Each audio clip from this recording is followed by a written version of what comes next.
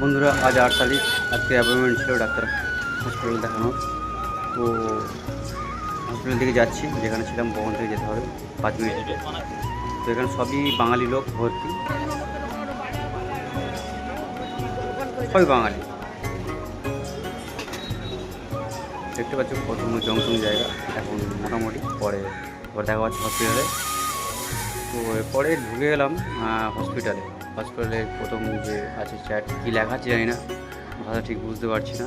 এটা CMC hospital area.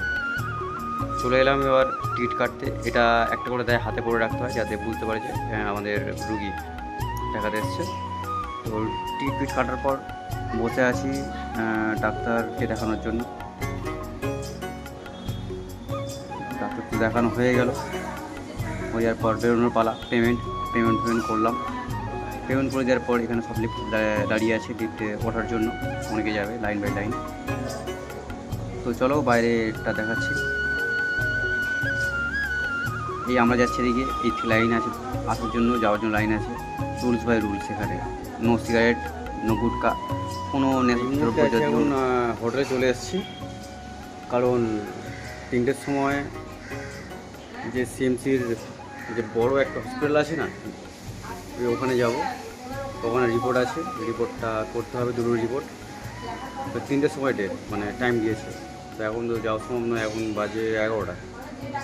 তা কী করবো, খাওয়া দাওয়া করে যেতে হবে, রেস্ট নেবো একটু। তাই চলে এলাম। তো এখানে সবাই মানে বেশিরভাগ লোক বাঙালি আছে। সবাই দেশ বিদেশ থেকে, আমাদের গ্রাম থেকে এখানে এসছে ডাক্তার দেখাতে, এসে এখানে ব্যবসা আরম্ভ করে দিয়েছে। ঠিক আছে, তো স্বাভাবিক। তো যাই হোক, আর এইটা যে দেখতে পাচ্ছ, এইটা